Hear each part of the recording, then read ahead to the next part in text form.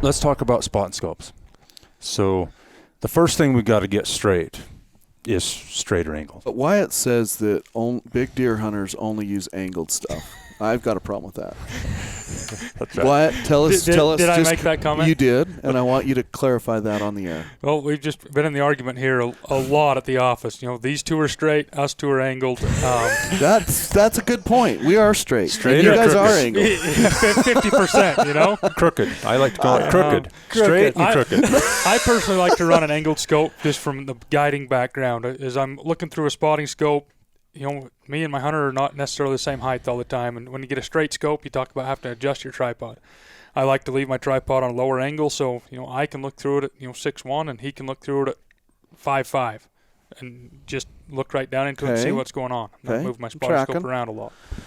I'm tracking. That's one of the big, What's the I guess, second selling reason? points to mine. It's just I've got to the Just point where it's used just to it. second Now, nature for me. let's say you're glassing with your 15s. Are you're good enough where you can just take the 15s off and find that animal? You slap on your scope and you can find that animal. You're not gonna lose him. Yeah, I've done it long enough. I'd say it's like second nature. Just That's not second. Would you ever buy a straight spotting scope? I personally wouldn't. Ever.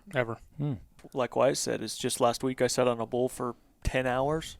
I don't know, 9-10 hours, from 7:30 till 4:30, and to sit there with your neck up is just, I don't know. But isn't it normal? Like right now, I'm looking straight ahead. This feels normal to me. Not that way. I don't know. I could just lean I'm and fine see, with just having my head down. You like eat my sandwich while my eyes in the scope, and just sit there all day. Bronson? I'm gonna have neck problems with doing that. No? Are you? I'm not changing. So you can. I mean, there are some things I've heard it all. That, and I tell this to clients when they call in, keeping your tripod lower to the ground is probably the biggest one, because anything you get higher up, wind amplifies your shake and all that. I think that's a valid argument that we'll bring up in their behalf because they forgot it. That's right. It's just that we're doing what we're doing. But what about a window mount? You got a window mount. That's a disadvantage with an angled scope. With an angled, sure. you're like, you can't get that window low enough. For sure. I guess you have to get out of the truck at some point in time. Wyatt? It's snowing and sleeting sideways. That's where the you're puffy a comes motorized hunter too. All right. So anyway, good times. So there's that whole argument. Don't let us convince you. Do what you want to do. We sell it all. I mean, don't veer from what's comfortable for you. There's a lot of variations when we're talking about spotting scopes. Common spotting scopes are generally an 80 to 85 millimeter type objective. That's the end portion that brings in the light. And then, the common power is generally a 20 to 60. We have 30 by 70s on a 95 with the Swarovski. So there are higher power spotting scopes available, but generally speaking, you're talking a 20 to 60. I do have a Leica that's I think it's 25 to 50. So not quite that top end. I let my kids borrow that one just because I want that extra 10 or 20 power. If you're going to a 60 or a 70 in Bronson, we're using 70 pretty regular. No, I am. I don't want to be without it now. But it also just comes down to, kind of like the binocular talk. What's the bulk of your hunting that you're going to be using your spotting scope for? I mean, are you a backpack sheep guide in Northwest Territories? All right, you probably don't need an 80. You don't need an 85 or 95. You're going to want a 65. You're going to want a 65, lighter, slimmer.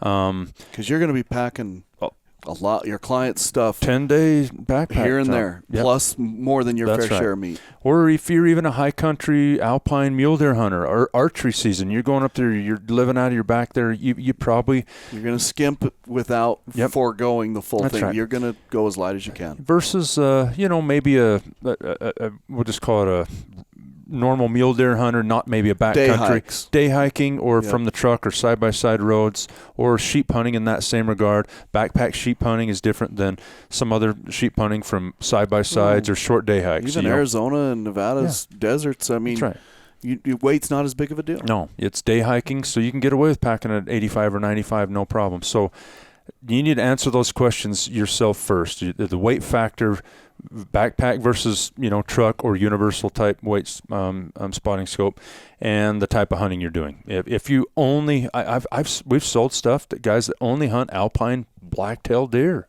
and that's a very small niche that I don't sell very many optics to people. I backpack up into high country in Washington, and I love backpack blacktail hunting, and I'm like, okay, yeah, 65 is probably all you need. Probably all you need. I mean, and the 65, I love. So I have the 65, and then I'll snap on a 95 too. It gives me 10 more power, so I'm 20 to 60 with that. Let's say that's the Swaro on the modular, the STX. I'll snap it onto a 65. I'm 20 to 60. I snap it onto a 95 objective. Same eyepiece. Now I'm 30 to 70, and I love the 95. It's amazing. But like you said, I don't always need it. I was elk hunting in Arizona. Even though I'm elk hunting and I'm not backpacking, I got the big heavy tripod, the spotter, a 15s, 10s, whatever, and I'm jammed anyway.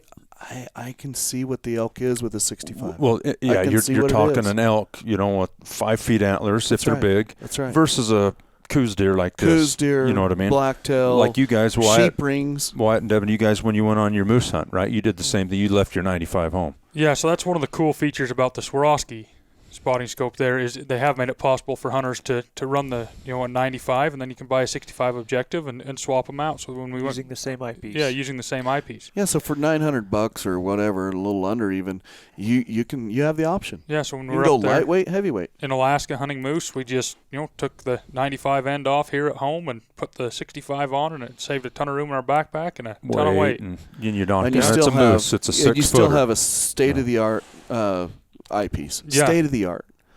And then same thing, Vortex come out. They've got some great products, with the same basic features. You're talking an 80, 85 millimeter objective. All the big name brands have an 80, 85 millimeter plus objective.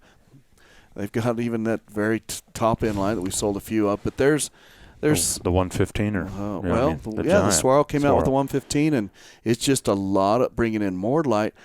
As far as like the construction of it and the glass and the coatings and all that, it's the same as the 95, 85, 65 on the modular objectives. It's the same. It's just bringing in more light. So anyway, I've played with the 115. Pretty cool. It's pretty cool. But I don't see it in my backpack. I just don't see it. It's a big, big objective. So that's me personally.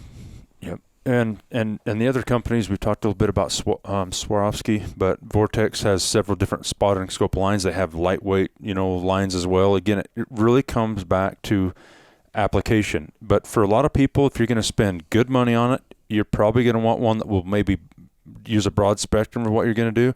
That's probably going to be something that, like you said, 20 to 60 by 80, 85. That's probably where we would steal you if you want to capture 80% of all the hunts you're going to go on. And then there's going to be those times where you want a backpack hunt and you want something lighter, and you're just going to have to dress that differently. Either buy a different scope for that, or if you bought something that's a modular system, then go with a 65 and adapt to it. But that's I don't know. But like you said, you're indicating with the Vortex, they've got tiny little spotting scopes for who knows. There's applications everywhere. Oh, yeah. And if you don't have a spotting scope already, it changes your life. Oh, yeah. And I mean, the days of looking way out there, not knowing what it is, got to get closer. Those are gone, hopefully. Oh, our buddy Clint. Hold on. Hey, you there? Yeah. What spotting scope do you use? Depends on the day, dude. Really? Okay, well, good answer. Give me your options real quick. Just real quick. I like if I'm not packing in, I don't have to go very far. I like the BTX.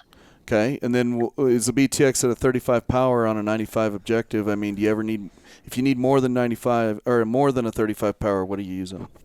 If I need more than that, I'll go to sometime I got a straight eyepiece for that same 95. Yeah, now we're talking. He's a straight guy. I'll pick it up. You're a straight guy. That's good to know. Straight guy. I like straight. It's tripod height. I get messed up because I'm glass with binoculars and I like to switch to the scope.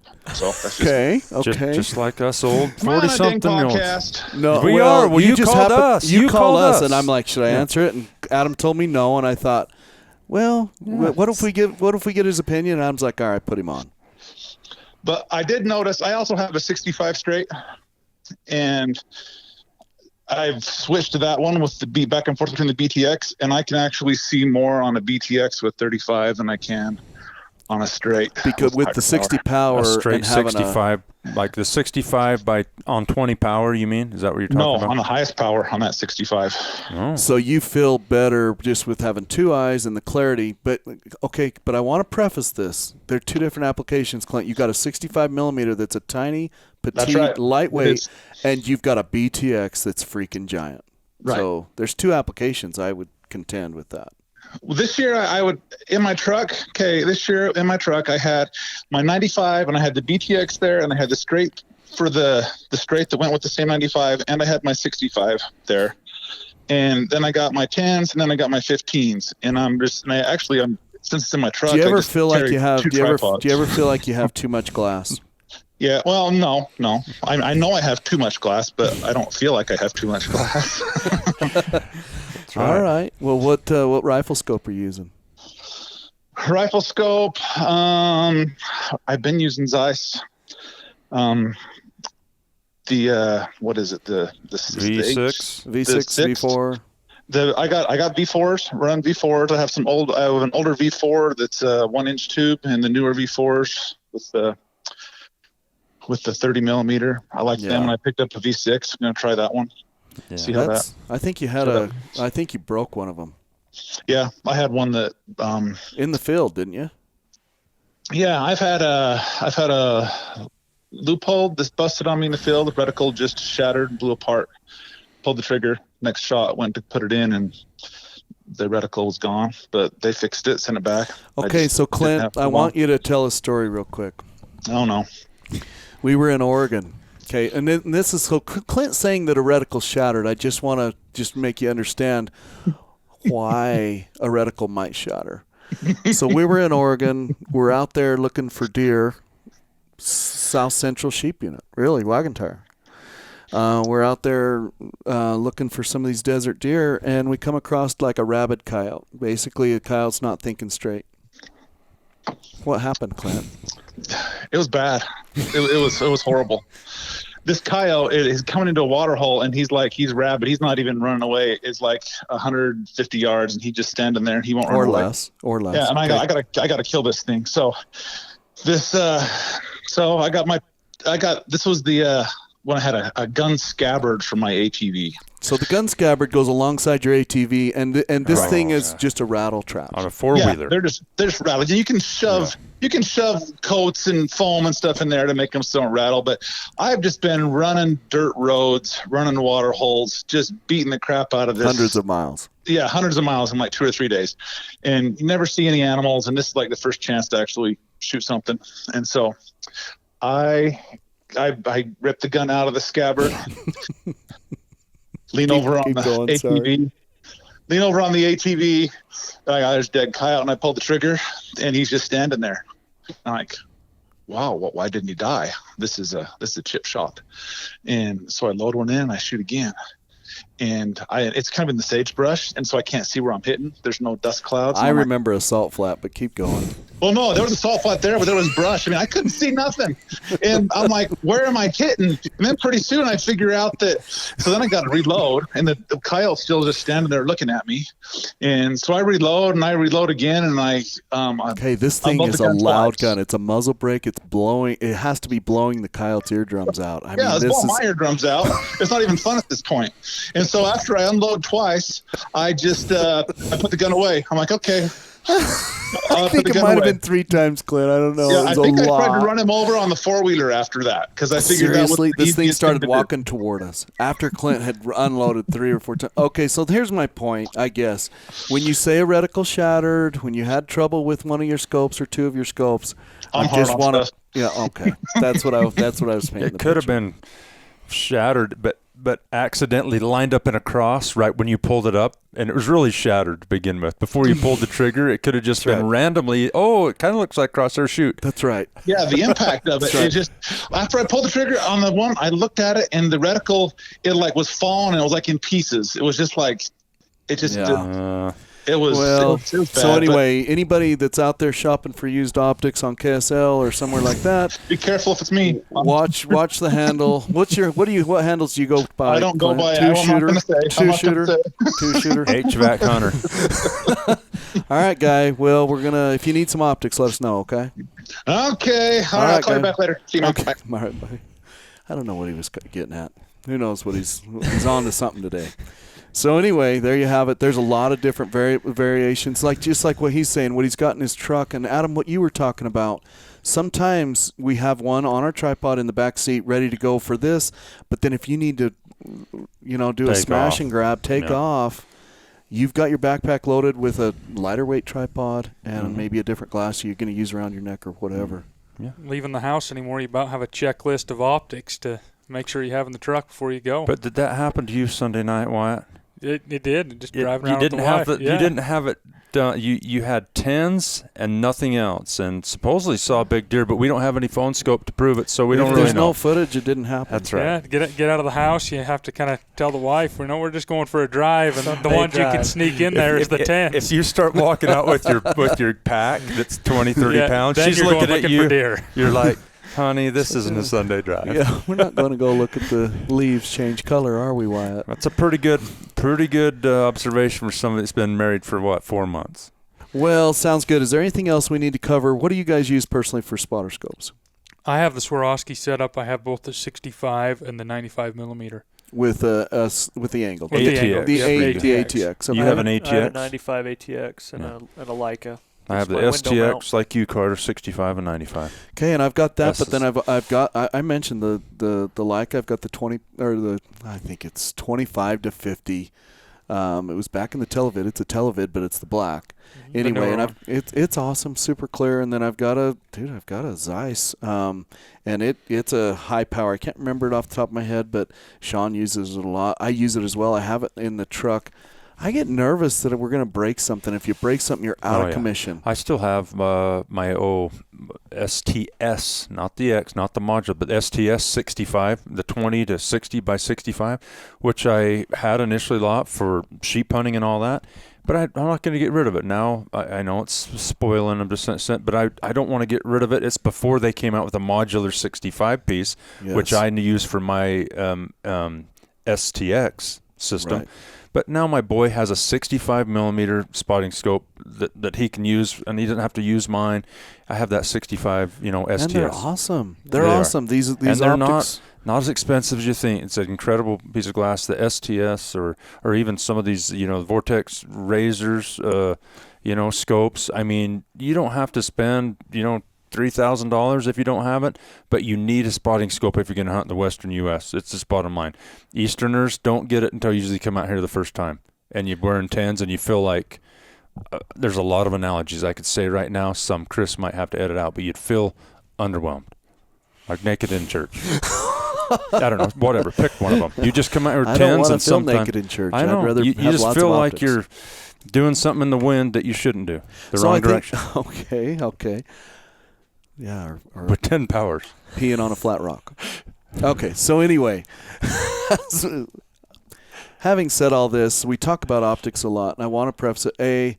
It's one of the most it's where we spend the majority of your hunting funds on gear. Backpacks are not cheap anymore. We need to cover that at some point. Optics, that's the lion's share of your budget for gear goes to optics. Well, and usually they last a long time. Where your boots and your packs, after a few years, you'll end up replacing them. But optics are an investment, maybe for the rest of your life. Well, it's kind of like Devin and his truck. Other than his truck just broke down, but it was supposed to never break down. But you know what I mean? It was a lifetime investment. My second spotting scope, I still have it. I've had it since I was 18. That's what I mean. Or younger. Maybe I was 17. Is this the Televid 77? Yeah. You still have it? I'll never sell it. I sold mine, and I'm disgusted I did. I will never sell it. Yeah. I don't know. Because you probably I could probably sell it for what I bought it for. The way still I to tell this day. Well, but dude, that was like $1,300 back then. The way I tell $1,200. people if they ask me, should I sell this or that, and everybody's in a different situation. We've all been in a different situation, but if you need it to upgrade your optics, it's maybe worthwhile. That's what I try to tell people. But if you're going to sell it and you don't know where the money's going to go, keep it. Keep it. Put it in the safe. Because you'll have a wife, you'll have kids, you'll have a mentor that you start hunting. You're going to have a mishap. You're going to be in Oregon with a Coyote. You're going to run it over. I ran into a guy this year in Colorado, backed over his tripod and his BTX with his truck. Wow. You know, like when you see a jackrabbit hit on the highway and the eyeballs are those two BTX parts were hanging out by wires. Come on. No, it was just, I felt so bad. I was like, and that's not probably covered under warranty. Well, I mean, I don't know the facts, but when you run it over with a 1-ton Vortex, flatbed, Vortex warranty is pretty incredible. Okay, well, I'm just talking about like you drop something off of, I know. But I'm just saying they're going to last. Buy what you can afford when you can afford it. But when it comes time to upgrade, if the money's not as tight and those are still good and functional and good, just keep them. I can't tell you how grateful I have. I kept some SLCs, that 65 scope. Throw them under the seat. You end up having a family member or I've had, if you drop your 15s, which I've dropped them many times, the tripod fits and they're out of alignment during the middle of the hunt. It's nice to just grab a pair of ratty ones that you can at least get by for 2 months till you send them in. I had that on my NL Pures. Yeah. And they were okay. But it was rough. It was scary walking off. Well, I might have said something I shouldn't have. I mean, it was just, I can't believe that just happened. And, anyway, I didn't. You had that happen, Wyatt? Your 15s, you just walk away, you stretch, you use the restroom, and you didn't lock your tripod, and it's just the gravity's falling.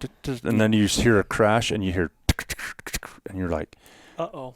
I had a hunter one time break my pair of 10s and 15s on a hunt. How? So I finished the hunt on a borrowed pair of 15s and my backup 10s. How do you break them? Just curious. 10s, he was looking through and just flat out just drops. Dropped them on 15s were in the back seat of my truck, wrapped in a coat, and he grabbed his stuff off the top and just took my coat right out and dropped them right on the pavement of the hotel parking lot. Just got them out of alignment. They were fixable. It actually cracked the top of the lens on the 15s, bent the tube on the end, and cracked the objective side. Cracked the lens on the objective side. Is that about the time when you decided that no other clients could be in your truck? Yeah, that was one of the breaking points right there. It might have been that total hunt right there. Well, and so, yes, point taken is if you need it to upgrade and put that exact money back into something you're upgrading, it's maybe worthwhile.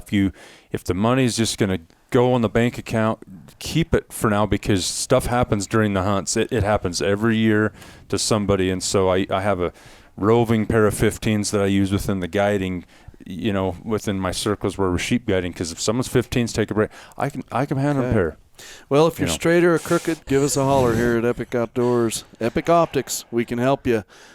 We sell optics to crooked guys, and we sell them to straight guys. So give us a holler at 435-263-0777, or you can email us optics@epicoutdoors.com, EPICOUTDOORS.com.